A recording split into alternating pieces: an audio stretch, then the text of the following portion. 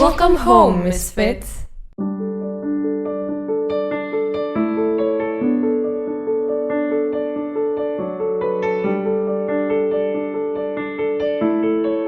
Apa benar kalau yang namanya cinta itu harus penuh pengorbanan?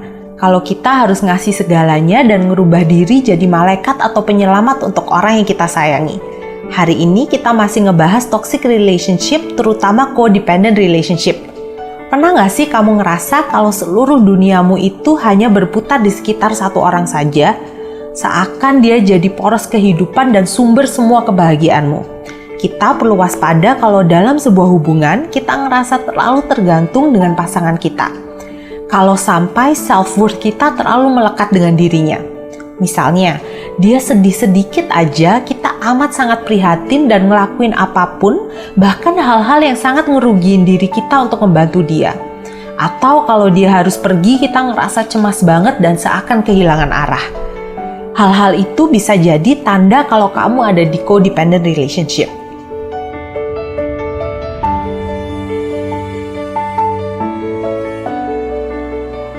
Coba pahami sumber codependency. Tahu nggak sih codependency itu seringkali terbentuk dari masa kecil kita? Orang yang terjebak di codependent relationship seringkali tumbuh dalam keluarga yang penuh kekerasan atau pengabaian. Sosok-sosok penting seperti ayah atau ibu yang seharusnya mengasuh dan memberi kasih sayang tidak melakukan peran mereka dengan baik atau bahkan justru menyakitimu. Masa kecil itu cenderung membuat kamu percaya kalau kebutuhan dan kebahagiaanmu gak sepenting orang lain. Bahwa kamu harus jadi pengasuh dan pemberi kasih sayang untuk dirimu sendiri dan juga orang lain. Hal itu tentu gak benar, karena semua dari kita butuh sosok yang bisa ngedukung dan mencintai kita.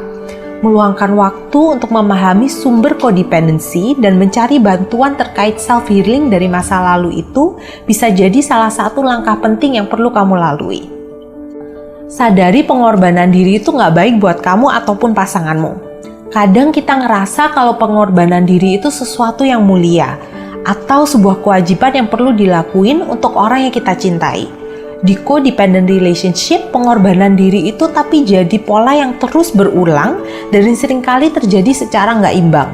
Satu sisi jadi penyelamat dan sisi lain terus diselamatkan. Untuk si penyelamat hal itu tentu nggak adil. Ngebuat dia ngerasa lelah, kesepian, dan kurang dukungan. Untuk sisi yang diselamatkan, hal itu juga nggak baik. Dia cenderung terus mengulang perilaku buruk yang dia miliki dan juga jadi kehilangan kesempatan untuk melatih pengelolaan emosi atau problem solving skill yang mereka miliki secara mandiri. Bangun relasi dan cari dukungan. Codependent relationship cenderung membuat kamu terputus dari lingkungan sekitarmu. Semua waktu dan tenaga hampir seluruhnya diarahkan kepada pasangan. Membangun relasi dan ngedapetin dukungan dari orang sekitar selain dari pasangan kita adalah langkah yang penting banget.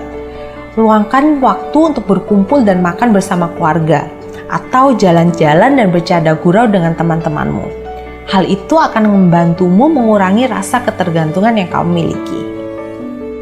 Mencari kesenangan dan kemandirian diri. Saat terjebak di codependent relationship, biasanya susah banget buat kita bisa bayangin kalau kita bisa happy di luar hubungan itu.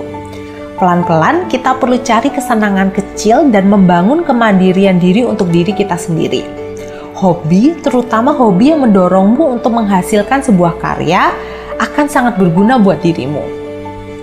Karya itu bisa berupa tulisan, lukisan, makanan mungkin kalau kamu suka masak, atau ngebuat konten-konten kreatif di era digital ini.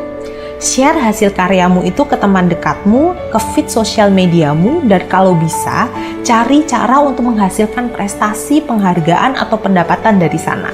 Self-worth dan kemandirian diri yang tadinya terkikis dalam codependent relationship itu bisa perlahan diasah kembali dari cara ini.